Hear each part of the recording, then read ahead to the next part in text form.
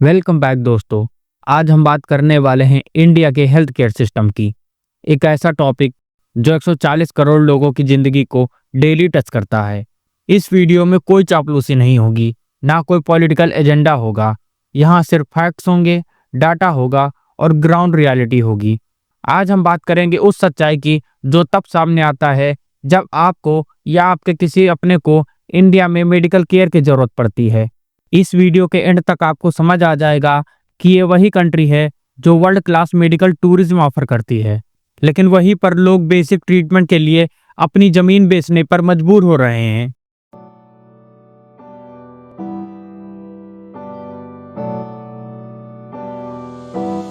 2023 में इंडिया का hospital market लगभग $10 बिलियन का था और 2032 तक इसकी 193 बिलियन डॉलर तक पहुंचने की उम्मीद है। पर यह नंबर जो नहीं बताते वो ये है कि लगभग 75% हेल्थ इंफ्रास्ट्रक्चर और रिसोर्स सिर्फ शहरी एरियाज में कंसंट्रेटेड हैं, जहां देश की सिर्फ 27% पॉपुलेशन रहती है। चलिए समझते हैं कि आखिर ऐसा क्यों है। इंडिया में 43,000 से ज्यादा प्राइवेट हॉस्पिटल्स हैं, जिनमें 12 लाख बेड्स, 59,000 से ज्यादा आईसीयूज और 29,000 से ज्यादा वेंटिलेटर्स मौजूद हैं। इनमें जो मशीनें लगी हैं वो cutting edge technology, foreign train doctor और 5 स्टार एमिनिटीज से भरी हुई हैं। यहाँ ट्रीटमेंट कॉस्ट ऐसी है जो इंटरनेशनल स्टैंडर्ड को टक्कर देते हैं। प्राइवेट सेक्टर में देश के 43% हॉस्पिटल हैं और 81% डॉक्टर्स यही काम करते हैं। इंडिया में 25,000 से ज्यादा पब्लिक हॉस्पिटल्स हैं, जिनमें 7.5 लाख बेड, 35,000 से ज्यादा आईसीयूज और लगभग 18,000 वेंटिलेटर्स मौजूद हैं। इन सब में फ्री या हाईली सब्सिडाइज्ड ट्रीटमेंट मिलता है। हर एक डॉक्टर को एक सिंगल सेशन में 100 से ज्यादा पेशेंट देखने पड़ते हैं। 30% मरीजों ने यह क्लेम किया है कि उनको गवर्नमेंट हॉस्पिटल में जल्दी ट्रीटमेंट के लिए घूस देनी पड़ती है या फिर किसी की पहचान लगानी पड़ती है। पेशेंट ट्रीटमेंट के टाइम अपनी जेब से मेडिकल एक्सपेंसेस का आधा से ज्यादा खुद खर्च करते हैं। कोविड-19 के टाइम पे बेसिक ट्रीटमेंट के लिए वेंटिलेशन सपोर्ट का प्राइस 20 से 25,000 रुपए पर डे था। कुछ प्राइवेट हॉस्पिटल ने तो वेंटिलेटर्स के लिए हर दिन 25 से 50,000 रुपए तक चार्ज किया। सिर्फ इन मेडिकल बिल्स की वजह से हर साल 50 मिलियन से ज्यादा लोग गरीबी में चले जाते हैं। देश के लगभग 70% लोगों के पास पब्लिक या प्राइवेट हेल्थ इंश्योरेंस है। इसका मतलब 30% या 400 मिलियन से ज्यादा लोगों के पास कोई हेल्थ इंश्योरेंस नहीं है। पर इंश्योरेंस मिलना प्रोटेक्शन मिलने की गारंटी नहीं है। जब सरकार CGHS या आयुष्मान भारत जैसी स्कीम लॉन्च करती है तो ऑन पेपर सब बहुत अच्छा लगता है, लेकिन ग्राउंड रियलिटी पर प्राइवेट हॉस्पिटल के अपने ही चैलेंजेस और टैक्टिक्स होते हैं। सरकारी पेमेंट्स का साइकिल अक्सर बहुत स्लो होता है। प्राइवेट हॉस्पिटल क्लेम करते हैं कि सरकार उनका 500 करोड़ से 1,000 करोड़ तक का पुराना ड्यूज क्लियर नहीं करती और रिजल्ट हॉस्पिटल का कैश फ्लो बिगड़ जाता है। जब उन्हें सैलरीज और वेंडर्स को पे करना होता है तो उनका पैसा फंसा होता है, इसीलिए वो इन स्कीम्स को टेम्पररी अनअवेलेबल बोल देते हैं। सरकार ने हर सर्जरी या ट्रीटमेंट के लिए रेट फिक्स किया होता है। अक्सर ये रेट्स हॉस्पिटल की एक्चुअल कॉस्ट से भी कम होते हैं। अगर एक बाईपास सर्जरी की कॉस्ट प्राइवेट हॉस्पिटल में 3 लाख है तो सरकारी स्कीम के अंडर उसका रेट 1,20,000 फिक्स है। इससे हॉस्पिटल को लॉस होता है और इस लॉस से बचने के लिए वो एक्सक्यूज बनाते हैं कि बेड खाली नहीं है या डॉक्टर अवेलेबल नहीं है। सरकारी स्कीम्स के अंडर क्लेम्स पास करवाने के लिए हॉस्पिटल को बहुत ज्यादा पेपर वर्क करना पड़ता है। हर स्टेप पे ऑडिट होता है।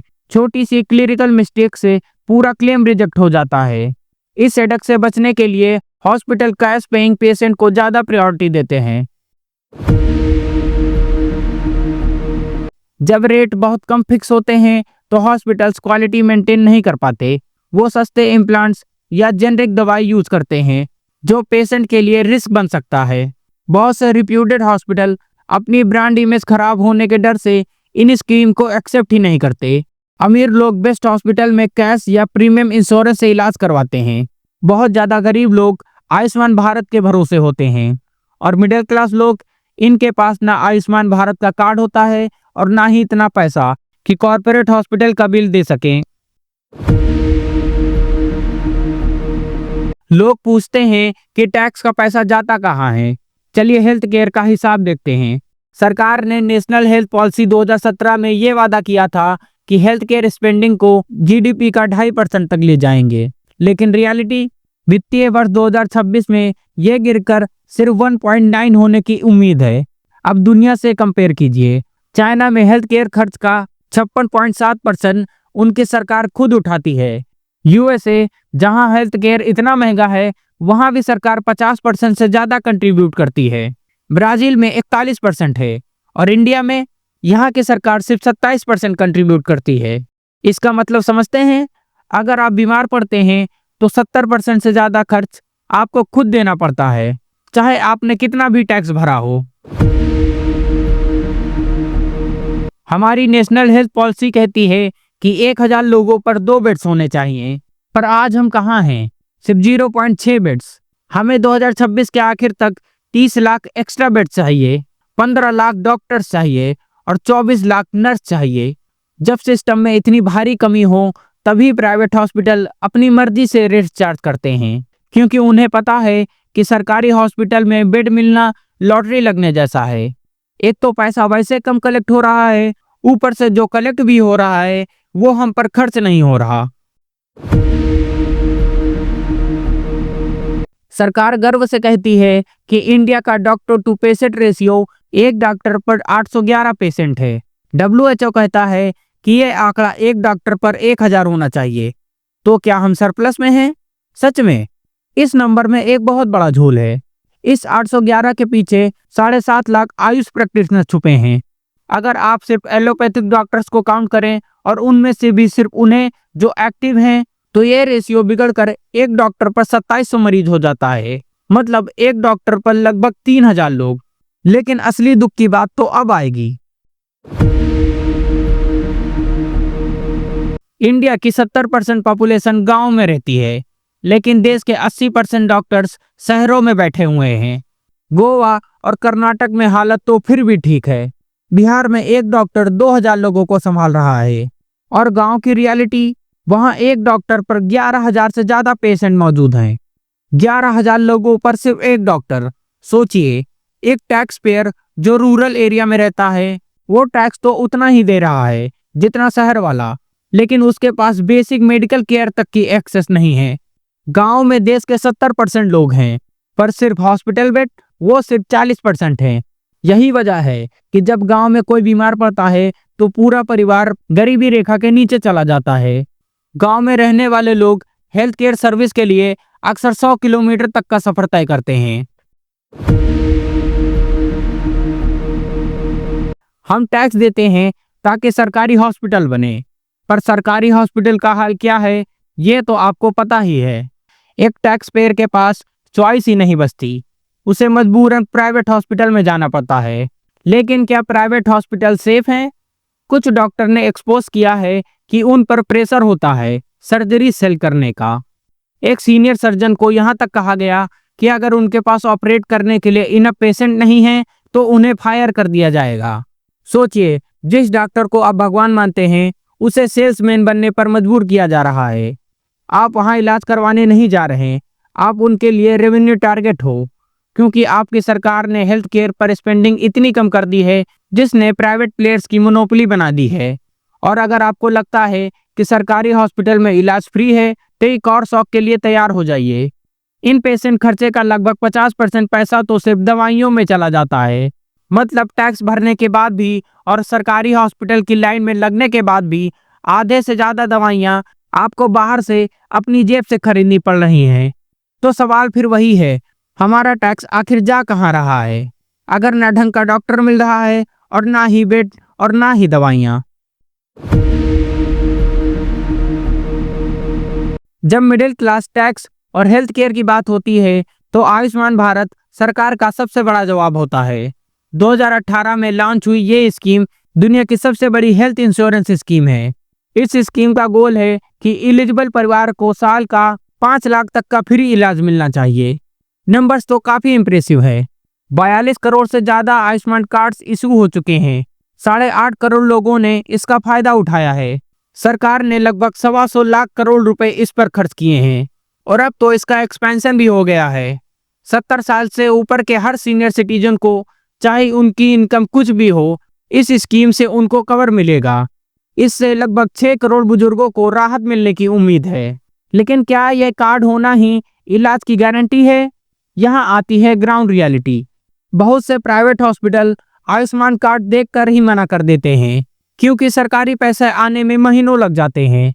कई बार तो कार्ड एक्सेप्ट करने के बाद भी हॉस्पिटल पेशेंट से एक्स्ट्रा चार्जेस के नाम पे पैसा मांगते हैं। लगभग 1,60,000 हेल्थ और वेलनेस सेंटर तो बन गए हैं, लेकिन रूरल एरियाज में आज भी लोगों को नहीं पता है कि उन्हें कार्ड कहाँ से बनवाना है और इससे इलाज कैसे मिलेगा। अब एक ऐसी बात है जो सुनने में गर्व तो देती है, पर सोचने पर मजबूर भी कर देती है। इंडिया का मेडिकल टूरिज्म मार्केट 2024 में $7.5 बिलियन का था और 2029 तक ये $14.5 बिलियन होने वाला है।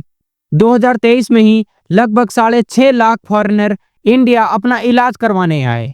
उनके लिए इंडिया एक हेल्थ केयर पैराडाइज है, क्योंकि उनके देश में जो सर्जरी 50 लाख की होती है, इंडिया के वर्ल्ड क्लास कॉर्पोरेट हॉस्पिटल में वही सर्जरी 5 से 7 लाख में हो जाती है।